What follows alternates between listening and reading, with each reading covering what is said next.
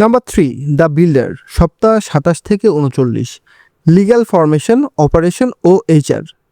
স্বাগতম the builder ফেজে। একজন স্থপতি যেমন ইটের পর ইট গেঁথে দালান তোলেন, এই 13 সপ্তাহে আমরা আপনার ব্যবসার লিগ্যাল বা আইনি ভিত্তি, অপারেশন এবং টিম ম্যানেজমেন্ট সিস্টেম গড়ে তুলব। সপ্তাহ 27 থেকে 30, বাংলাদেশে বিজনেস ফরমেশন ও লিগ্যাল বা কমপ্লায়েন্স ইস্যুস। সাবটাইটেল: অদৃশ্য আইডিয়া থেকে দৃশ্যমান প্রতিষ্ঠানের রূপান্তর, মুভিং ফ্রম হাসল টু কোম্পানি। ভূমিকা: মুখোশ খোলার সময় কল্পনা করুন আপনি একটি চমৎকার প্রোডাক্ট বানিয়েছেন। একজন বড় কর্পোরেট ক্লায়েন্ট বা কাস্টমার সেটা পছন্দও করেছে।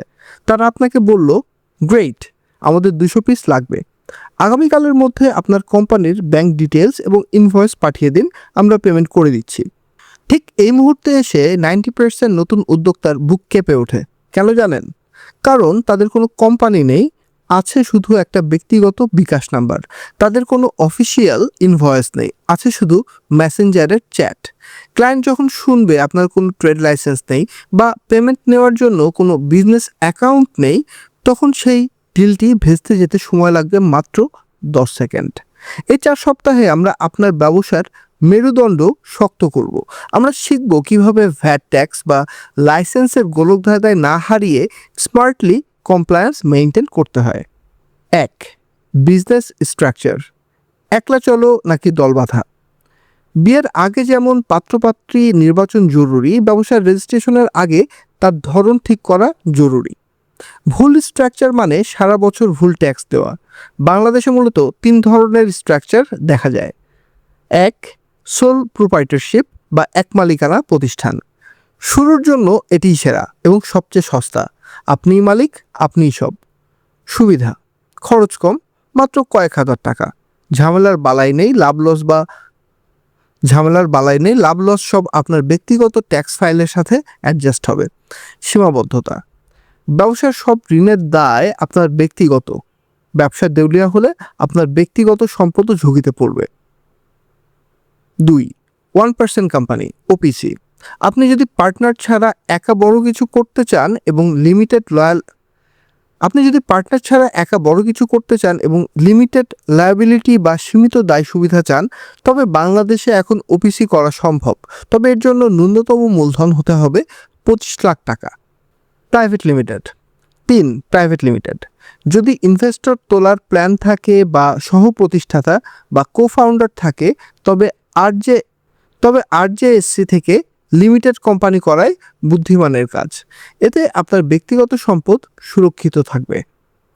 স্ট্র্যাটেজি: যেহেতু আপনি চাকরির পাশাপাশি ব্যবসা করছেন, তাই শুরুতে জটিলতায় না গিয়ে সোল প্রোপ্রাইটরশিপ দিয়ে শুরু করুন। পরে ব্যবসা বড় হলে লিমিটেড কোম্পানিতে কনভার্ট করা যাবে। 2. কাগজপত্রের চেকপয়েন্ট, লিগ্যাল শিল্ড। ক. Trade licence. সিটি কর্পোরেশন বনাম ইউনিয়ন পরিষদ। অনেক নতুন উদ্যোক্তা দালালের চক্করে পড়ে 10,000 টাকার লাইসেন্স 30,000 দিয়ে করেন, অথচ ই কমার্সের জন্য প্রক্রিয়াটা অনেক সহজ। ইউনিয়ন পরিষদ হ্যাক: আপনার যদি ফিজিক্যাল শোরুম না থাকে এবং শুধু ই কমার্স বা অনলাইনে বিজনেস করার ইচ্ছা থাকে, তবে সিটি কর্পোরেশনের কমার্শিয়াল অ্যাড্রেসের ঝামেলায় না গিয়ে ইউনিয়ন পরিষদ থেকে লাইসেন্স করুন। এতে খরচ অনেক কম, মাত্র 2 থেকে 5,000 টাকার মধ্যে হয়ে যায় এবং ঝামেলাহীন। Ghost mode, family proxy. আপনি যদি ভয় পান যে নিজের নামে লাইসেন্স করলে অফিসে জানাজানি হবে, তবে ফ্যামিলি প্রক্সি মেথড ব্যবহার করুন। লাইসেন্সটি আপনার স্ত্রী, বাবা বা মায়ের নামে করুন।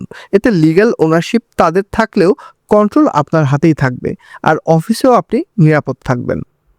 খ. টিন ও বিন, ভয়ের কিছু নেই। ইটিন: ব্যবসার নামে ট্রেড লাইসেন্স করতে হলে আলাদা ইটিন বা ট্যাক্স আইডেন্টিফিকেশন নাম্বার করা বাধ্যতামূলক নয়। ব্যক্তিগত টিন দিয়েই এক মালিকানা ব্যবসা চালানো যায়। তবে পৃথক ব্যাংক অ্যাকাউন্টের জন্য অনেক সময় ব্যাংক ট্রেড লাইসেন্সের কপি চায়। টিন এনবিআর এর ওয়েবসাইট থেকে সম্পূর্ণ ফ্রিতে 10 মিনিটে মাত্র 10 মিনিটে তা করা যায়। ভ্যাট বা বিন।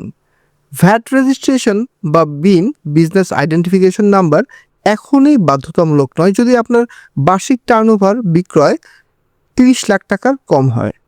তবে ভ্যাট রেজিস্ট্রেশন ঐচ্ছিক।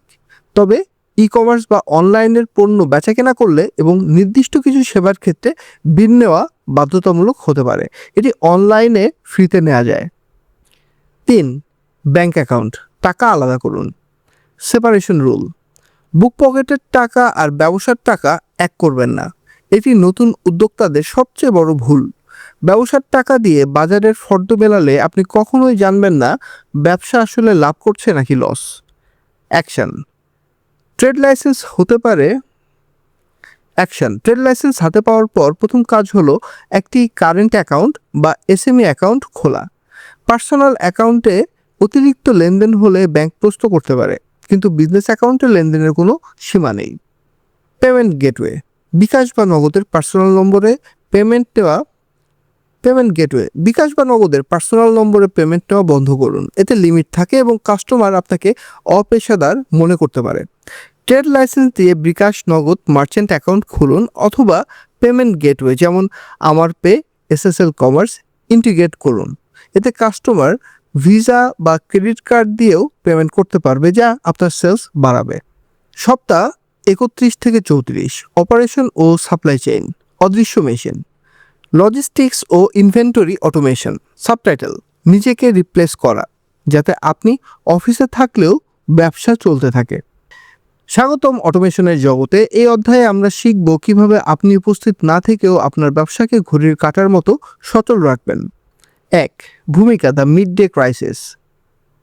একটি অতি পরিচিত ও ভয়ানক দৃশ্যপট কল্পনা করুন। সকাল 11টা, অফিসে বসের রুমে গুরুত্বপূর্ণ মিটিং চলছে।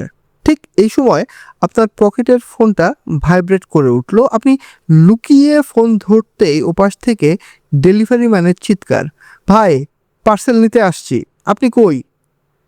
ওদিকে মেসেঞ্জারে কাস্টমার নক দিচ্ছে, ভাই অর্ডার তো দিলাম, কই পাবো? আর আপনি মিটিংয়ে বসে ঘামছেন। আপনি যদি এখনই অপারেশনাল অটোমেশন না করেন তবে এই দুই নৌকায় পা দেওয়াটা আপনার জন্য দুঃস্বপ্ন হয়ে দাঁড়াবে। এই 4 সপ্তাহে আমরা এমন একটি সিস্টেম দাঁড় করাবো যেখানে আপনি না থাকলেও পণ্য কাস্টমারের হাতে পৌঁছে যাবে এবং স্টক অটোমেটিকভাবে আপডেটেড হতে থাকবে। 2. Logistics integration, the invisible runner, 3PL and API। নিজের পিয়ন দিয়ে ডেলিভারি করানো বা নিজে কুরিয়ার অফিসে গিয়ে লাইন ধরার দিন শেষ।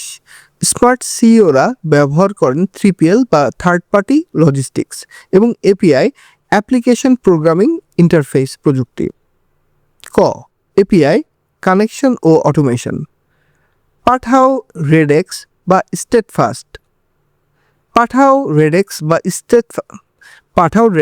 স্টেটফাস্টের মতো কুরিয়ার সার্ভিসগুলোর সাথে আপনার ওয়েবসাইট বা অর্ডার সিস্টেমকে কানেক্ট করুন। ম্যাজিকটা কি? যখনই কোনো কাস্টমার আপনার ওয়েবসাইটে অর্ডার কনফার্ম করবে, সিস্টেম অটোমেটিক কুরিয়ার কোম্পানির সার্ভারে একটি পিকআপ রিকোয়েস্ট পাঠিয়ে দেবে। ডেলিভারি ম্যান আপনার দেওয়া লোকেশন, বাসা বা ওয়ারহাউস থেকে পণ্য নিয়ে যাবে, আপনাকে একটা কলও করতে হবে না। ট্র্যাকিং, কাস্টমার আপনাকে ফোন দিয়ে জিজ্ঞেস করবে না প্রোডাক্ট কই। সিস্টেম অটোমেটিক তাকে এসএমএসে ট্র্যাকিং লিঙ্ক পাঠিয়ে দেবে। খ. ক্যাশ অন ডেলিভারি, সাইকেলিক নতুন ব্যবসায় ক্যাশ ফ্লো হলো অক্সিজেন। কুরিয়ার কোম্পানিগুলো কাস্টমারের কাছ থেকে টাকা নিয়ে কত দ্রুত আপনাকে ফেরত দেয়, পেমেন্ট সেটেলমেন্ট যেটাকে বলে, সেটা চেক করুন। রেডেক্স বা পাঠাও অনেক সময় 24 থেকে 48 ঘন্টায় পেমেন্ট ক্লিয়ার করে, যা আপনার রিইনভেস্টের জন্য জরুরি। 3. ইনভেন্টরি ম্যানেজমেন্ট, স্টক আউটের লজ্জা থেকে মুক্তি। এক্সেল শিট বা খাতা কলম দিয়ে স্টক মেলানো হলো আদিম যুগ। আপনার এমন একটা সফটওয়্যার দরকার যেটা আপনার ব্যবসার মস্তিষ্ক হিসেবে কাজ করবে। ক. ই-কমার্স অটোমেশন টুলস বা OMS। বাংলাদেশে এখন চমৎকার কিছু affordable tools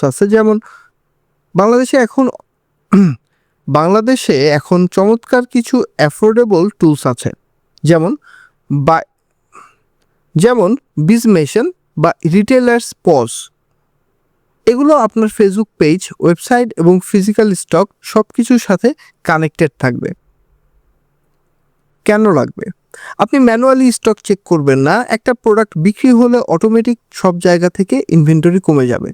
over selling, stock নাই কিন্তু অর্ডার নিয়ে ফেলেছি, এর মতো ওভার সেলিংয়ের মতো বিব্রতকর পরিস্থিতি এড়ানোর এটাই একমাত্র উপায়। খ, সাপ্লাই চেইন ঠিক রাখা, জাস্ট ইন টাইম।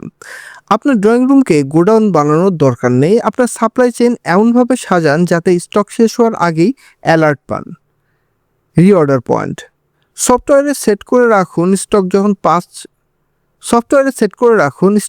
5 পিসে নেমে আসবে তখন যেন আপনাকে নোটিফিকেশন দেয়। এতে এতে সাপ্লায়ারের কাছ থেকে নতুন পণ্য আনার সময় পাওয়া যায় এবং কাস্টমারকে ফেরাতে হয় না। সপ্তাহ 35 থেকে 39, এইচআর ও টিম বিল্ডিং। এইচআর মডিউল, একলা চলরের নীতির সমাপ্তি এবং টিম অফ ওয়ান। সাবটাইটেল, নিজেকে অপ্রয়োজনীয় করে তোলার শিল্প, the art of making yourself obsolete. স্বাগতম এইচআর মডিউলে। এই অধ্যায়ের উদ্দেশ্য হলো আপনাকে ব্যবসার অপারেশন থেকে মুক্ত করা যাতে আপনি কৌশল বা স্ট্র্যাটেজি নিয়ে ভাবতে পারেন। 1. ভূমিকা, আপনি সিইও নাকি গ্লোরিফাইড পিয়ন? নিজেকে একটি নিষ্ঠুর প্রশ্ন করুন, আপনি কি সিইও নাকি একজন গ্লোরিফাইড পিয়ন?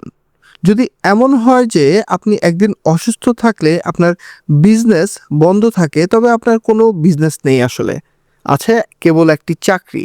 একজন সিইওর কাজ বক্স প্যাকিং করা বা কমেন্টে রিপ্লাই দেওয়া নয়। সিইওর কাজ হলো সিস্টেম তৈরি করা। এই মডিউলে আমরা শিখব কিভাবে আপনার ব্রেইনকে ডুপ্লিকেট করে অন্যদের দিয়েও কাজ করিয়ে নেওয়া যায়। 2. প্রথম নিয়োগ, ফুল টাইম নাকি ভার্চুয়াল অ্যাসিস্ট্যান্ট?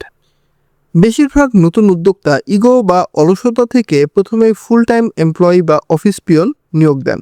এটা একটি ভুল সিদ্ধান্ত। বুটস্ট্র্যাপিংয়ের গোল্ডেন রুল হলো হায়ার আনটিল ইট হার্টস। যতক্ষণ না কাজের চাপে দম বন্ধ হয়ে আসছে ততক্ষণ ফুল টাইম লোক নেবেন না। ক, প্রথম নিয়োগ, দ্য ফার্স্ট হায়ার। আপনার প্রথম এমপ্লয়ি কোনো ফুল টাইম প্রফেশনাল হবে না।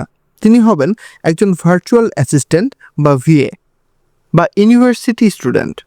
কেন? ফুল টাইম কর্মীর ফিক্সড স্যালারি 15 থেকে 20,000 টাকা। শুরুর দিকে ব্যবসার জন্য তা বোঝা হয়ে যেতে পারে। এর বদলে একজন স্টুডেন্টকে পার্ট টাইম রিমোটলি 5 থেকে 8,000 টাকায় নিয়োগ দেওয়া যেতে পারে, যা আরও বুদ্ধিমানের কাজ হবে। তার ডিউটি হবে সকাল 10টা থেকে সন্ধ্যা 6টা পর্যন্ত, যখন আপনি অফিসে থাকেন। কাস্টমারের কমেন্টের রিপ্লাই দেওয়া, অর্ডার কনফার্ম করা এবং ডেটা এন্ট্রি দেওয়া। আপনি অফিস শেষে বাসায় ফিরে শুধু রিপোর্ট চেক করবেন। 3. এইচআর জার্গনস, ছোট টিমের বড় নিয়ম। টিম মেম্বার আপনার বন্ধু নয়, সে আপনার ব্যবসার পার্টনার। তাই মুখের কথায় কাজ না চালিয়ে কিছু প্রফেশনাল সিস্টেম দাঁড় করাতে হবে। ক, কেপিআই, কাজের মাপকাঠি। কর্মীকে বলবেন না ভালো করে কাজ করো। ভালো একটি আপেক্ষিক শব্দ। তাকে নির্দিষ্ট কেপিআই দিন। উদাহরণস্বরূপ, তোমার দৈনিক টার্গেট হলো 50টি কমেন্টের রিপ্লাই দেওয়া এবং সব অর্ডার বিকেল 5টার মধ্যে শিটে এন্ট্রি দেওয়া। মাস শেষে এই নাম্বারের উপর ভিত্তি করে তার পারফরমেন্স বিচার হবে, আপনার ভালো লাগার উপরে নয়। খ, এসওপি, স্ট্যান্ডার্ড অপারেটিং প্রসিডিওর, লিখিত ম্যানুয়াল। আপনার অবর্তমানে বিজনেস কিভাবে চলবে তার লিখিত গাইডলাইন হলো এসওপি। মুখের কথায় বিজনেস চলে না। The hit by bus test, কাল যদি আপনি কোনো কারণে 1 মাসের জন্য হাসপাতালে থাকেন, বিজনেস কি চলবে? যদি না চলে তবে আপনার এসওপি ঠিক নেই। I do we do. প্রথমে কাজটি আপনি করে ভিডিও রেকর্ড করুন, আই ডু। তারপর টিম মেম্বারকে দিয়ে করুন, উই ডু। শেষে তাকে একা করতে দিন, ইউ ডু। ডকুমেন্টেশন, কাস্টমার যদি গালি দেয় কি রিপ্লাই দিতে হবে? রিফান্ড চাইলে প্রসেস কি, এসব কিছু লিখিত টেমপ্লেট বা স্ক্রিপ্ট রেডি করে দিন। 4. পেরোল অ্যান্ড কমপ্লায়েন্স, স্যালারি ও রিমোট ম্যানেজমেন্ট। টিম ধরে রাখতে হলে আপনাকে প্রফেশনাল হতে হবে। স্যালারি শিট, এক্সেলে একটি সিম্পল স্যালারি শিট মেনটেন করুন। মাসের নির্দিষ্ট তারিখে, যেমন 5 তারিখ, স্যালারি দিন। অনিয়মিত স্যালারি কর্মীর মোটিভেশন নষ্ট করে। রিমোট ম্যানেজমেন্ট, যেহেতু আপনি অফিসে থাকেন তাই কর্মীর সাথে যোগাযোগের জন্য হোয়াটসঅ্যাপ বা স্ল্যাক ব্যবহার করুন। প্রতিদিন সকালে টু ডু লিস্ট এবং রাতে ডেইলি রিপোর্ট নেওয়ার কালচার তৈরি করুন।